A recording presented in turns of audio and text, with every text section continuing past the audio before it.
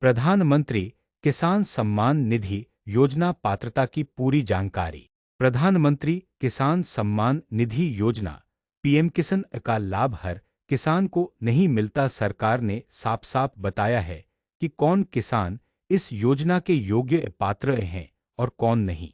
आइए इसे विस्तार से और आसान शब्दों में समझें। कौन कौन किसान इस योजना के लिए पात्र हैं? भूमिधारी किसान परिवार। सिर्फ वही किसान परिवार इस योजना के लाभ के पात्र हैं जिनके पास अपनी खेती की जमीन का रिकॉर्ड हो। मतलब आपके नाम पर जमीन होनी चाहिए, चाहे जमीन कम हो या ज्यादा, बस आपके नाम पर होनी चाहिए। सरकार जमीन का रिकॉर्ड राज्य सरकार के रजिस्टर या राजस्व रिकॉर्ड से मिलाकर देखती है। परिवार की परिभाषा। इस योजना में एक किसान परिवार का मतलब है पति, पत्नी और उनके नाबालिग बच्चे, 18 साल से छोटे बच्चे, पूर्णविराम। पूरा परिवार एक यूनिट माना जाएगा और इस परिवार को सालाना 6,000 मिलेंगे। राज्य सरकार के रिकॉर्ड में नाम।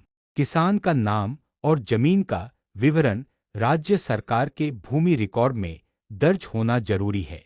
बिना रिकॉर्ड के कोई भी किसान अप्लाई नहीं कर सकता। कौन कौन इस योजना के लिए अपात्र हैं? सरकार ने कुछ कैटेगरी के लोगों को इस योजना से बाहर रखा है। आइए इन्हें भी विस्तार से समझें। संस्थागत भूमिधारक। वे किसान जिनकी जमीन किसी संस्था के नाम पर है, जैसे कंपनी, सोसाइटी, ट्रस्ट, वे पात्र नहीं हैं। योजना सिर्फ व्यक्तिगत किसान परिवार के लिए है। वर्तमान/पूर्व संवैधानिक पदाधिकारी जैसे राष्ट्रपति, राज्यपाल, सांसद, विधायक, मेयर, जिला पंचायत अध्यक्ष। जो लोग संवैधानिक पदों पर हैं या रह चुके हैं वे अपात्र हैं। वर्तमान या पूर्व मंत्री, केंद्रीय या राज्य सरकार के मंत्री, भूतपूर्व भी, पूर्णविराम।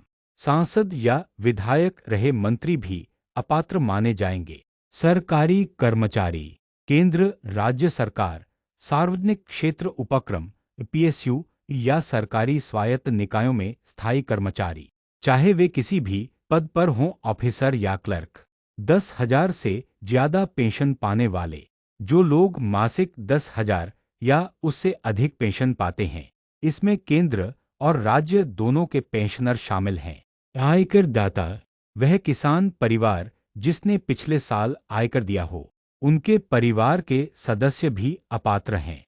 विशेष पेशेवर, डॉक्टर, इंजीनियर, वकील, चार्टर्ड अकाउंटेंट, आर्किटेक्ट, अगर वे प्रैक्टिस कर रहे हैं, मतलब उनकी प्रोफेशनल आय होती है, तो वे भी योजना के लिए अपात्र माने जाएंगे। प्रधानमंत्री किसान सम्मान निधि योजना पंजीकरण प्रक्रिया। अब जानते हैं पंजीकरण, रजिस्ट्रेशन कैसे किया जाता है। ऑनलाइन और ऑफलाइन दोनों तरीके उपलब्ध। ऑनलाइन आवेदन, किसान खुद सरकार के पोर्टल पीएम किसान पोर्टल पर जाकर आवेदन कर सकता है। इसमें किसान अपनी जानकारी, जमीन का विवरण, बैंक खाता और आधार नंबर भर सकता है। राज्य सरकार के राजस्व अधिकारी के जरिए, ग्राम पंचायत सचिव, पटवारी या राज्य सरकार द्वारा नियुक्त नोडल अधिकारी से भी आवेदन किया जा सकता है। ये अधिकारी आपकी जानकारी और दस्तावेज सत्यापित करेंगे।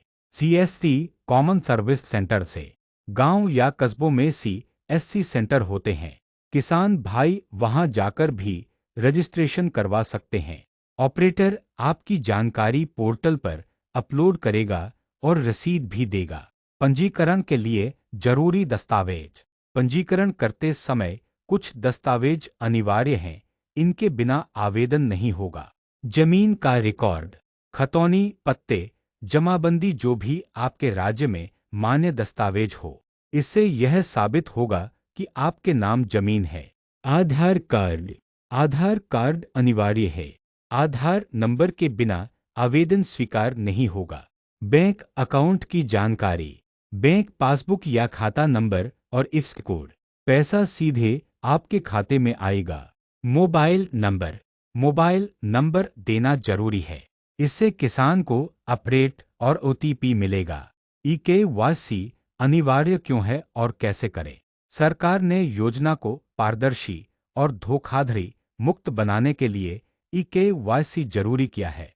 ई-केवाईसी का उद्देश्य अपात्र किसानों को हटाना, गलत या नकली रिकॉर्ड रोकना, सही किसान को ही लाभ मिले।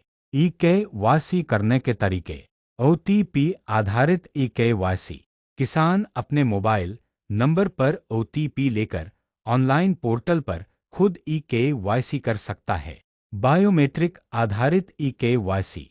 सीएससी सेंटर पर जाकर अंगूठा लगाकर ई-केवाईसी करवा सकता है।